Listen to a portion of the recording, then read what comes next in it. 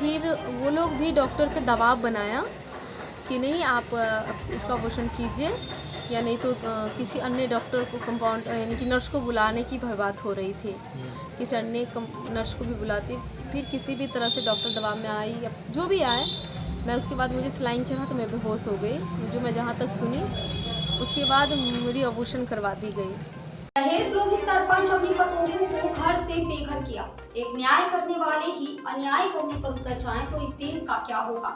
सरपंच को पंचायत का न्यायपालिका कहते हैं। आपको बताते चले कि लड़की हुंडई एजेंसी में सेल्स एग्जीक्यूटिव के पद पर कार्यरत थी। इसी बीच एक लड़का अवनीश कुमार अपने दोस्त के साथ गाड़ी खरीदने आता है। इसी क्रम में सुनीता नामक लड़की से पहली नजर में ही प्यार हो जाता है।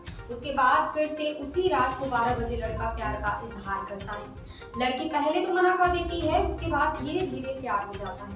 उसके बाद लिव इन रिलेशनशिप में दोनों साथ रहने लगते हैं। फिर लड़की प्रेग्नेंट हो जाती है तो लड़की शादी के लिए लड़का पर जोर देने लगती है कि शादी करो। इसके बाद लड़का अपने माँ बाप और भाई के साथ आकर जानकी मंदिर सीतामढ़ी में शादी कर लड़की को घर ले जाते हैं।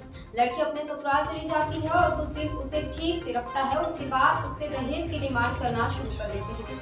दहेज में लड़की के मां के नाम से लाखों की जमीन पर उनकी नजर टिकी हुई थी और 10 लाख रुपए पर नहीं देने पर लड़की को घर से घसीट कर ले जाकर गर्भपात करवाता है। आपको बताते चले कि मामला सीतामढ़ी जिले के मानिकचक पश्चिम गांव के सरपंच का है। उसने अपनी पतोहू सुनीता कुमारी को दहेज के लालच में घर से बेघर किया और बेघर ही नहीं, साथ ही उसके पेट में पल रहे बच्चे का गर्भपात भी करवाया और गर्भपात करवाकर गाली गलौज करते हुए मारपीट कर घर से बेघर किया। आप अपना परिचय दीजिएगा। मेरा नाम सुनीता कुमारी है। मेरा ससुराल मानेचक है। मेरे हस्बैंड का नाम अवनीश कुमार है। मेरा मैके अमघट्टा है। मेरे पिताजी का नाम रामेश्वर पासवान है। मैं एक शिक्षित हूँ। मैं शिक्षिता हूँ। मैं अपना नौकरी करती हूँ। मेरा शादी अवनीश कुमार से हुआ है। कितने दिन पहले हुआ था?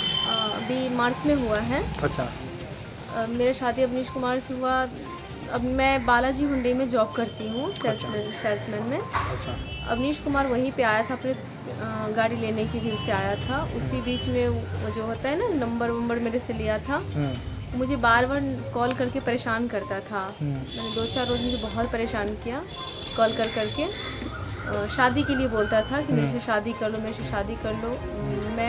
मैं उसको बार बार बोलती थी कि मैं शादी नहीं कर सकती हूँ। तो उसने इसके बाद मैं बस शादी से इनकार करती थी। तो उसे अपने मम्मी पापा के पास गए, अपने मम्मी पापा को रेडी करके लाए कि अगर उस लड़की से शादी नहीं होगा तो मैंने आत्महत्या कर लूँगा या सुसाइड कुछ भी कर लूँगा। ऐसी नौबत आ गई थी उसकी।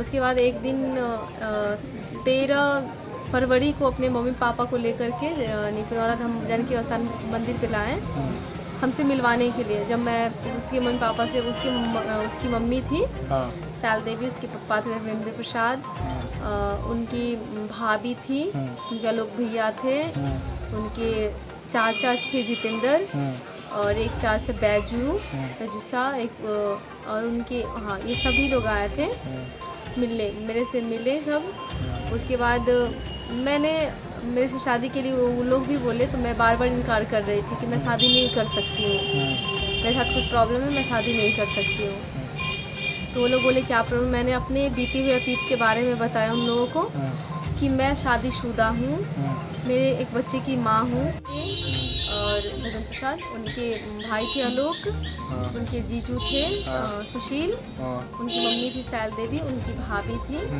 उनके बड़े चाचा बैजू साथ थे, उनके छोटे चाचा ये जितेंद्र जी थे, जितेंद्र कुमार। ये सब एक बैठक बना है, उसमें मैं भी थी, बैठी थी, मुझे भी बुलाया।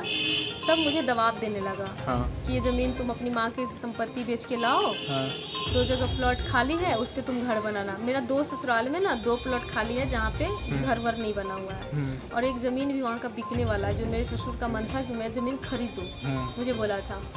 तो ये लोग मेरे से बहुत अत्याचार करे।